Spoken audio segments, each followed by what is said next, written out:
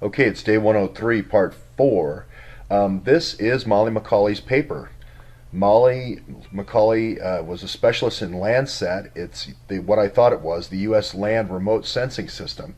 Now, what I am going to say is I was involved in image processing when I was with Sun Microsystems for the mining and oil industry in Australia, and very much of the economy depends on mining and very much like Canada in the sense that if you combine this remote land sensing with infrared over now if you had persistent infrared over the period of time, so you could see gas seeping out of fissures over time after you tested a nuclear weapon or a conventional weapon at a Navy testing site, you would really get a great idea of where there was a good chance to find natural gas. And a lot of times when you find the natural gas in the rock, you also find minerals as well, hopefully uranium.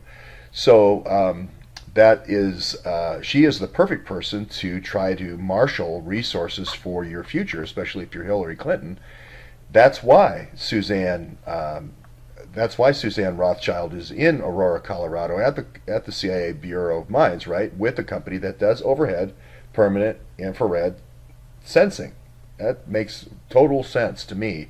And it's a subsidiary of, you guessed it, Booz Allen. So it can get U.S. security funding. So I can take DHS, I can take the Awan money here that I'm getting in Washington, D.C., I can put it through the FBI money laundering Uranium One machine, and I can come out with a whole set of a coordinated remote sensing strategy using satellites, Navy explosions.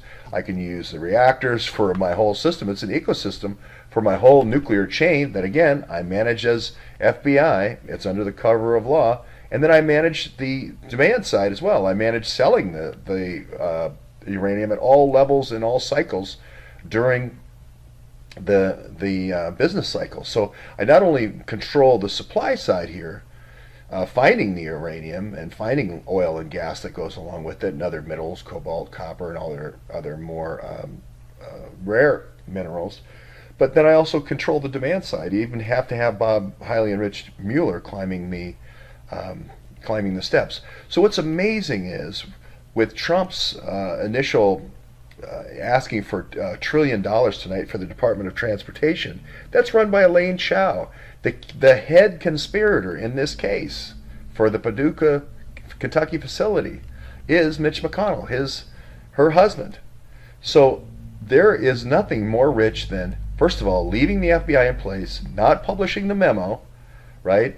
And then compounding the error of not publishing the memo to end the Mueller-McCabe monopoly, and then giving $1 trillion to the other conspirators. Here are the people at the Department of Transportation that brought you the Saipov truckers, that brought you the chain migration, that brought you using 8A money, set-aside money that's supposed to go to minorities for people that were brought in from Russia, people that were brought in from the Ukraine, people were brought in from Pakistan, so they can enjoy all this wealth, so they can skim off all this wealth.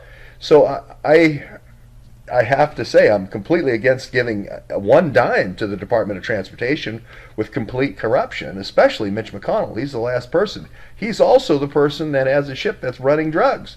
I'm not saying Mitch McConnell's running drugs. I'm not saying Elaine Chao's running drugs, but they sure make an awful lot of money for being a senator and a senator's wife. So this is the height of hypocrisy, I think.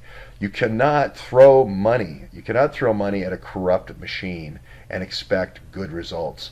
This is corruption beyond all description, and you just cannot.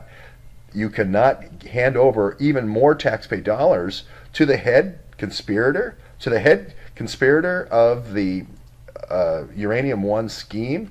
This was a scheme. This was a scheme to use the wealth of the United States, the research of the United States, to look at farmers and ranchers' land to see if they could find uranium. Once they did, they got the FBI, Mueller and McCabe, to move them off the land, to make them, to disrupt their lives, to make them look like they were crazy because they were constantly being harassed. This was a scheme Seth Rich came from that community. He comes from the resources community.